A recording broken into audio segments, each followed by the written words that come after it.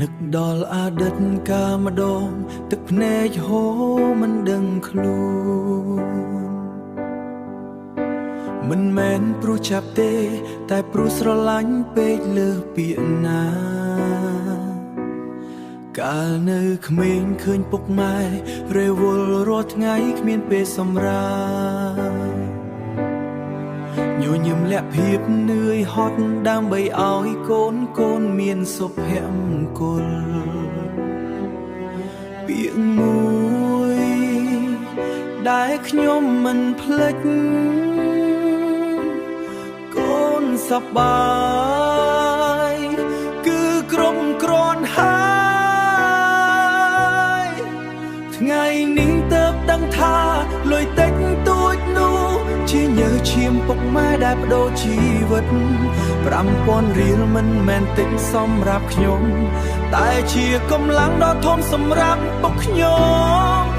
1,000 រៀលពីដៃម៉ែជាក្តីស្រឡាញ់ធំជាងអ្វីទាំងអស់ក្នុងលោកនេះគិតដល់ពេលនេះទឹកភ្នែកហូរមិនឈប់ព្រោះស្រឡាញ់ពុកម៉ែពេកពេលខ្ញុំឈឺពុកម៉ែនៅក្បែរមិនដែលចាកចេញពេលខ្ញុំមានបញ្ហាពុទូពុកម៉ែក៏លំបាកថ្ងៃនេះខ្ញុំធំមានគ្រួសាររបស់ខ្លួនតែពុកម៉ែនៅតែបារម្ភដូចមុនមិនដែលផ្លាស់ប្ដូរពេលវេលាឆ្លងទៅលឿនពេកមុខពុកម៉ែលងប្រែជាមានស្នាមជ្រួញហេតុអ្វីកាលនៅក្មេងខ្ញុំមិននៅក្បែរម៉ែឲ្យច្រើនជាងនេះហេតុអ្វីខ្ញុំគិតតែសប្បាយខ្លួនឯងមិនបានគិតពីចិត្តពុកម៉ែឥឡូវចង់ត្រឡប់ទៅកាលនោះវិញក៏មិនអាចទៀតរួចលុយអាចរកវិញបានឱកាសអាចត្រឡប់មកវិញតែពេលវេលាជាមួយពុកម៉ែមិនអាចទិញវិញបានទេ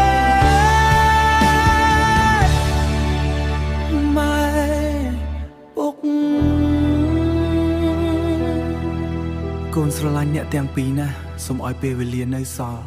คล้ายជាពេលវេលាដ៏មានន័យបំផុត